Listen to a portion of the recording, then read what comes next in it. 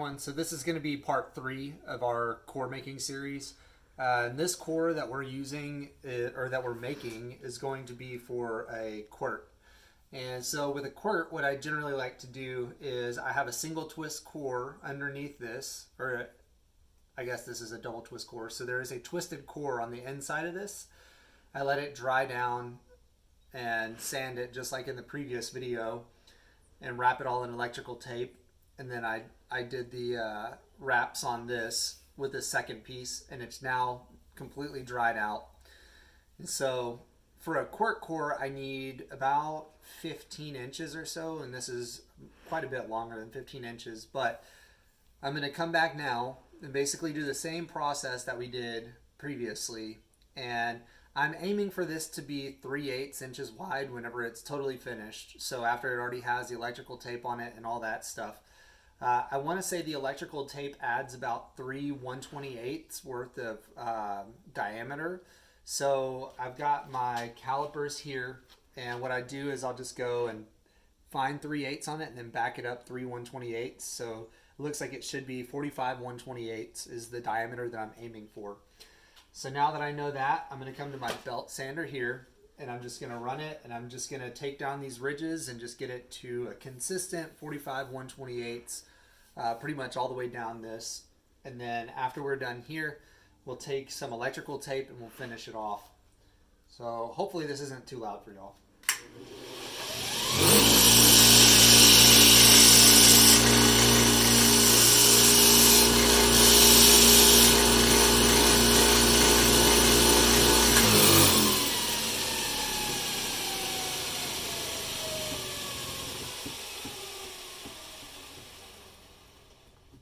So basically, I just want to pause real quick and talk about this. So I'm not going to sand down the entire thing because I just don't need to. Also, obviously, this is a very dirty process if you're standing right in front of this sander, and that's the best way I like to do it. I have the most control there. So just wear something that you're not planning on wearing to dinner that night or anything.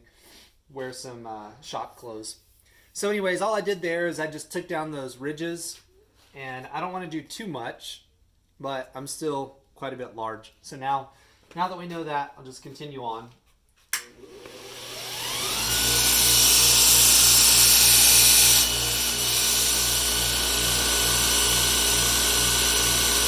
Almost there. So basically, all right, there we go. So now that slides right onto there at the top here. So now what I'm going to do is I just use that as a visual aid. Sorry.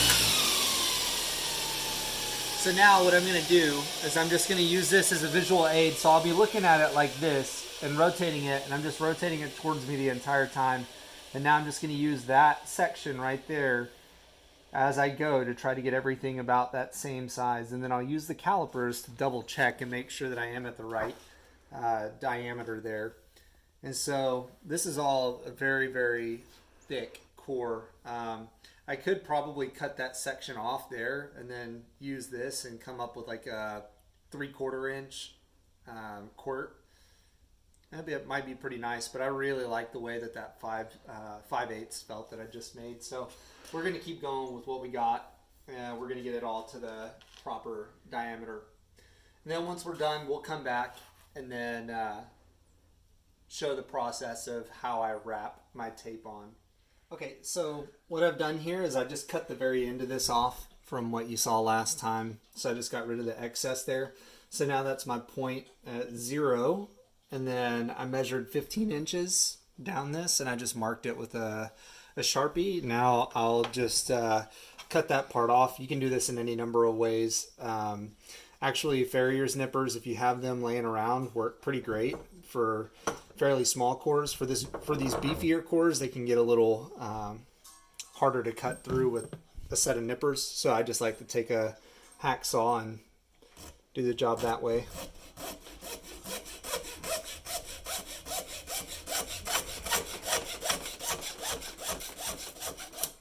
Then I'll save this. This section actually got a little bit thin on me in certain sections, so I might save this and do something different with it. Or it might still make a quirt core. Actually, I mean, it will be a quirt core, but it might just be a little bit more difficult to work around than this one that I'm working on now. So anyways, this is my 15-inch section. And generally whenever I wrap my cores with electrical tape, I use white electrical tape in case I have to mark on it for any reason. It just shows up a lot better on white as a background. And then I always do my twist. Come around here so you can see what I'm working on better. So I always do my twist working... Sorry, let me get this pulled up. Okay, so I always do my twists coming down around to the right, I guess, in this direction. And if you see the way that my core is spiraling, it's spiraling that same direction. And I usually twist it opposite of that spiral if I'm doing like a single twist core. The problem here is that it's going in the same direction, and it's not really that big of a problem, but just telling you the way I usually do it. So I always twist this direction though with my tape because it makes it easier to see. So basically what I'm talking about here is, I'll try to do a good job of showing you.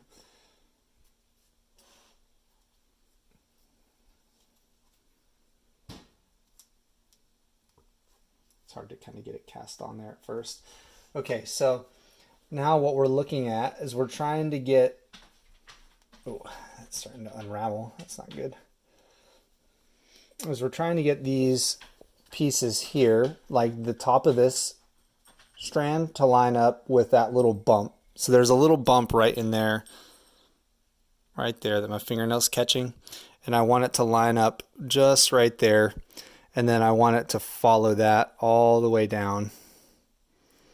And the reason why I usually twist the opposite direction is because if you twist in this similar direction as it already is, it kind of pulls these open and gaps open like this.